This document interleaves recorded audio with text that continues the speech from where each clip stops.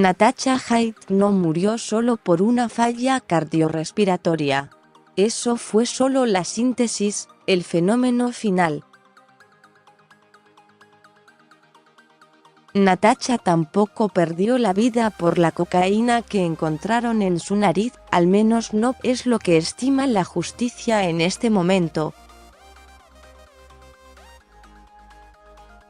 Murió, asegura una alta fuente en la investigación, por la acumulación de muchas cosas. En la madrugada de hoy, sobre el colchón king size de la suite de invitados del salón de fiestas Xanadu, de Villa Lanyata, el deteriorado cuerpo de 41 años de edad de Natasha Haidt colapsó por dentro. Los forenses en la morgue de San Fernando se sorprendieron por el color de su corazón.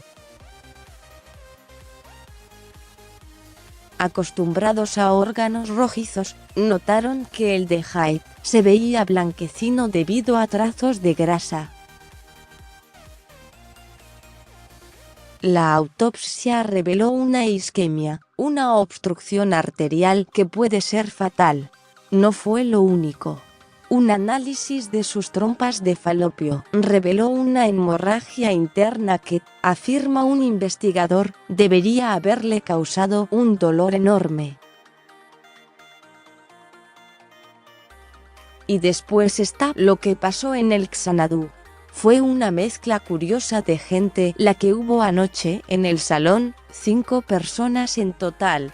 Guillermo Rigoni, empresario dueño del lugar, amigos de él como un vecino de un country de la zona y un electricista de 45 años como una joven de 19 años oriunda de Don Torcuato y Raúl Velázquez Duarte, productor de espectáculos, amigo de Haidt desde hace un tiempo. Casi todos declararon en la UFI de Benavidez a cargo del Dr. Sebastián Fittipaldi, encargado de investigar la muerte de Haidt.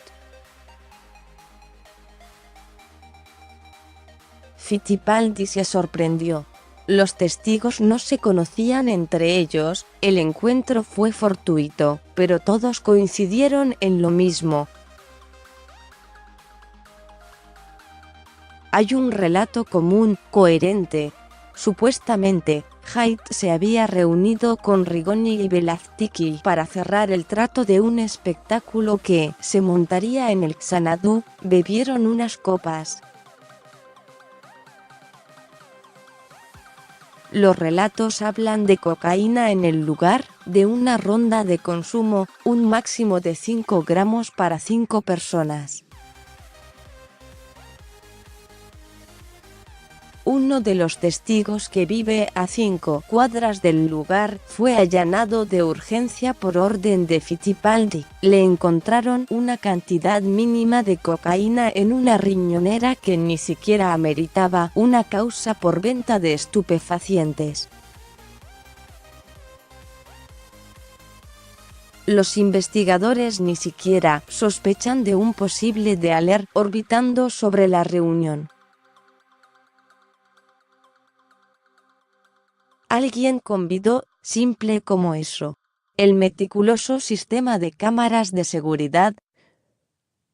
Por otra parte, reveló cuándo fue que Natasha ingresó a la suite, ubicada en un primer piso, donde finalmente murió. Las cámaras requisadas por los investigadores la muestran cuando entra. Nunca sale. Las cámaras también muestran a un invitado que entra y sale 2 veces a la habitación. La primera, tranquilo, sin sobresaltos. La segunda, visiblemente asustado.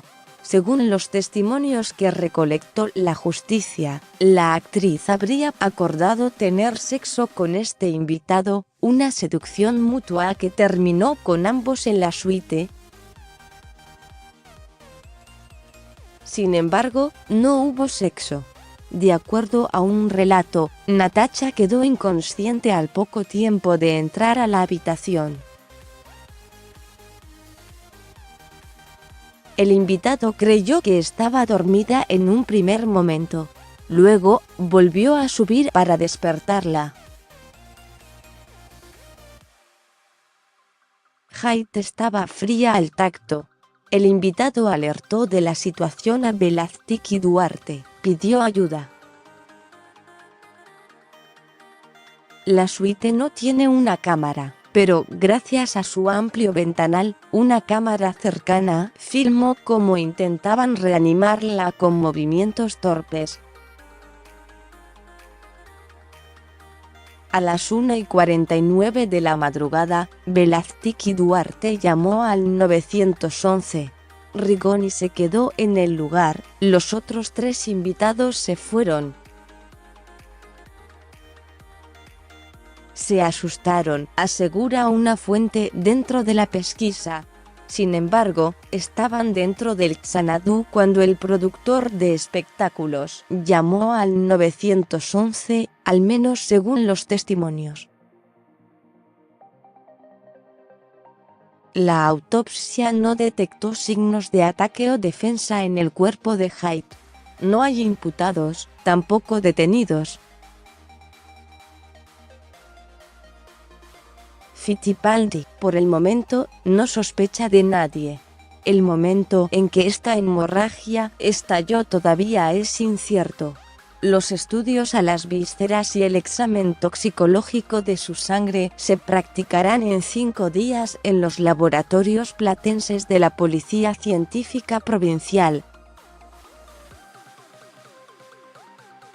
Seguí leyendo los videos de Instagram que muestra el vínculo entre Natasha Hyde y el productor que fue testigo de su muerte.